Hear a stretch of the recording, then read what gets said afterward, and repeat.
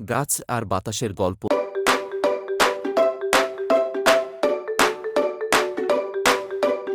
একবার একটা বড় গাছ বাতাসকে বলল, আমি খুব শক্তিশালী, তোমার ঝড়েও ভাঙব না। বাতাস হেসে বলল, দেখি কতটা শক্ত তুমি।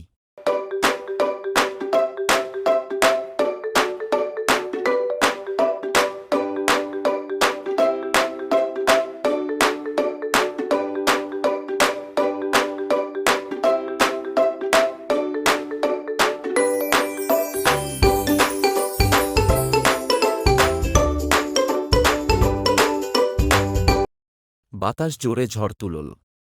গাছ শক্ত হয়ে দাঁড়ানোর চেষ্টা করল,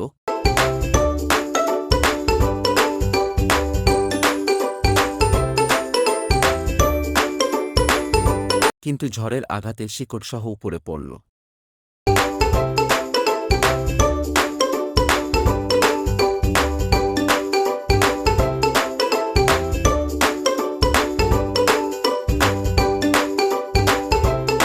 কাছেই একটা ছোট নরম গাছ ছিল।